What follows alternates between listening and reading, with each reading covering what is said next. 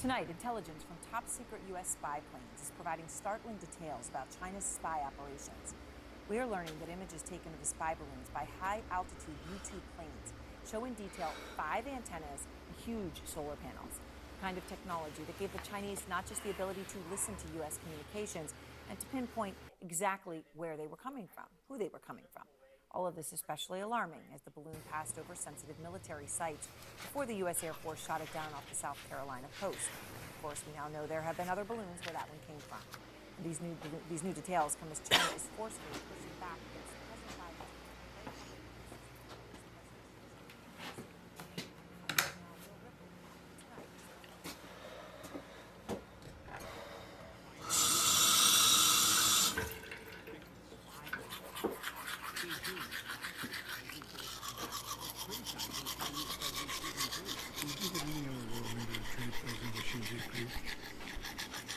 Not a joke. You think of any? Who would? China says Biden's remarks are highly irresponsible and violate basic diplomatic protocol. Sure. Normally, origin stories are about tall, handsome guys struggling with a burden. If you buy the Hogwarts Legacy game, if you don't think there's hope for the world, why bother going on? You haven't seen the world, so you don't know. Keep going for family. What the fuck? What is up, gamers? It's your boy Legolas Larry back here again, and today we're talking about something pretty crazy. I'm back again, as per usual. Does much really ever change? The answer is no. I've been a little absent as of recent, and that's on me. And I do apologize for that. For anyone who's been concerned, I doubt it. I really do. But recently, a buddy of mine has motivated me to get out and start making content again, because I always did enjoy it. Well, for the most part, I always enjoyed it. It was just a matter of doing it. And so here we are. And I found a subject matter now that I feel pretty passionate about, and that's just the state of today. So to kick off this palooza, this absolute enjoyment of a time, we're going to be kicking it off with the Chinese balloon. It's a pretty crazy situation if you're not familiar with it, and by that I mean not really anything new whatsoever. So China sent over a balloon. They claim to be a weather balloon. Some civilians recorded the balloon and were like, "Yo, what's that big old balloon?" This happened like right after the UFO thing was going around about the ball in the sky. coincidence? I think not. Then the government said, "Oh, yeah, we knew about it the whole time. Like, don't sweat it. We've been tracking it since it was in Canada." And then it was flying over a bunch of like military bases and things of that nature. Then you're probably wondering, well, what good is a spy balloon gonna do them that a satellite couldn't do the same thing? The only reason I could really find through the news, well, one of them anyway, was, well, it can detect radiation and things of that nature. So, cool. They know if we're going to become super mutants, go us. And then Biden, no matter what you think of the dude, he shot the thing down. And so now there's people questioning whether that was the right idea, and China is not happy. They basically said that, well, if we ever send a balloon to them, they're going to shoot it down. I just don't really think it's all it's cracked up to be is all. Alrighty, and in other news, the Velma show has come out, and that was also under a bunch of controversy as well, mainly in regards to the fact that it is god-awful. So the absolute saint I am, I sat through all 8 episodes that have been released up till now. Episode 9, I believe, just came out. But yeah, I think I've had my fix. I'm not going to lie. There's only 2 episodes left in the season. I don't really care to finish it. if that like shows anything to you, I've sat through 8 episodes and I don't want to watch the last 2. Even when I'm watching a bad show, there's still that bit of like, well, I've gone this far, I need to finish it out. It was like when I finished The Walking Dead. The Walking Dead was bad for like the past 3-4 seasons, maybe even a little beyond, but I stuck it out because I was like, I've been with it so long, and here I am dedicating 8 episodes worth of time into this show just to not give 2 shits about the ending. And I think that just shows a lot for the show. It's a pretty basic show. It could literally be called anything else but Velma. The only resemblances it shows to the OG Scooby-Doo is clothes and name, and not even all the time the name. And then you got Mindy Kaling heading the entire project. She is voicing Velma, and I've never been a huge fan of Mindy Kaling, not for any specific reason. Like, to my knowledge, she didn't really ever do anything terrible, at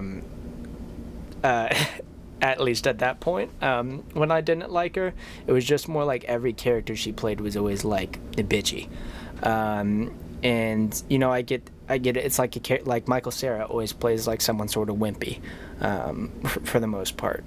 So she kind of just came off to that as me, and even like in her commercials and stuff, that's still how she came off. And then this show comes out, and it really feels like it's just her way of complaining. The whole joke of the show is that it's just snarky, fourth wall breaking satire, cynicism. Like, it's just a cynical show. You typically want to make a show about someone who's somewhat relatable. Even unrelatable characters can be relatable. Look at, for example, another show she was in, The Office. Look at Michael from The Office. He would just do these things that made him appear as an awful person, but then we'd get these redeeming moments with him to where you could kind of see behind the curtain and see what he's trying to accomplish, and it gave you some morality towards the character. And then there's Velma, who's literally just a selfish, narcissistic douchebag. And, just to throw some more spice in the jar, good old Mindy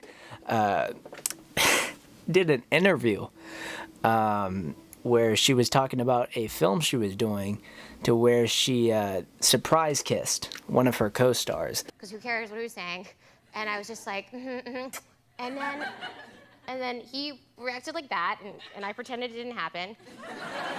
And then I walked backstage where we have 2 writer-producers, Ike Barinholtz and David Zassin, and they were like, hey man, what are you doing?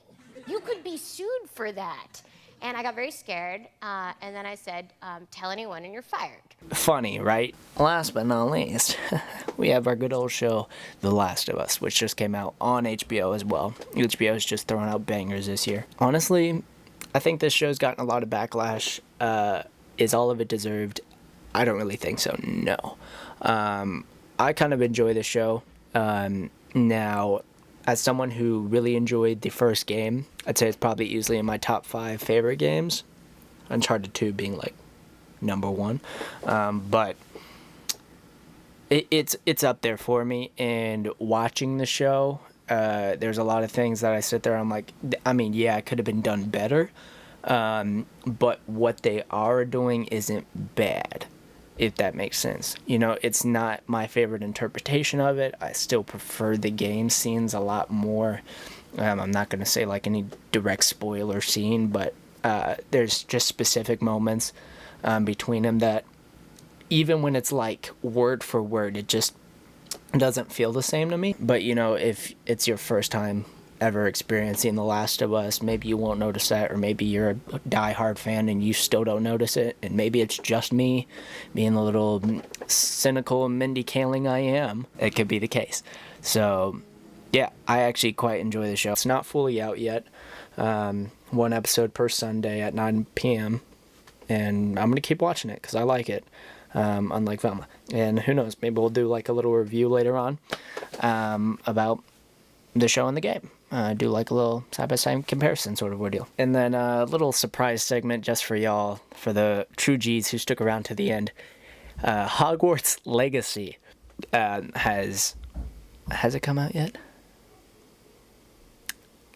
No, I don't. I think it comes out tomorrow. It's either... By the time you're watching this, I believe it should be out. It is also surrounded by lots of controversy, you know, that why else will we be talking about it? Basically, there's a big thing going around to if you buy or play or show any support towards the game that you're transphobic. Reason being because J.K. Rowling, she's transphobe. You know, I'm not a fan of J.K. Rowling. I don't like her. I don't like her ideals. I also live in a mindset to where I separate the artist from the art, especially nowadays to where literally everybody's got something. You know, Justin Roiland recently with all the message in the kitty stuff. I still like Rick and Morty. I'm not going to stop watching the show. I still really want to play High on Life. I mean, I'm not going to let the joy out of my life be sucked out just because someone turns out to be a piece of shit. You only live once. I'll do what I want. And that's going to be being a wizard. You know, I understand where that community is coming from to where they don't want to funnel money into this person's pocket anymore, which I get, but at the same time, I didn't really see anyone stopping me when I went into Universal with my family this past year. Nobody was at the gate chanting, if you go in there, you're a transphobe. No one stopped me from buying any of the Lego Harry Potter sets I have. No one even stopped me from going into the Fantastic Beasts movies. And they definitely should have stopped me from going in the last two because they sucked. So yeah, thanks for joining me on this pretty controversial episode of Legless Larry. And I'm going to be trying to do more of these. I'm hoping one video a weekend from here on out, just this sort of format, you know, giving you some little tea, some little know-how, and then we'll sprinkle in some fun in there every once in a while, and not like the Justin Roiland kind of fun. Thanks for tuning in, and you better not play Hogwarts Legacy or you hate your dog or something. Okay. Peace to the broskies, and have a good one.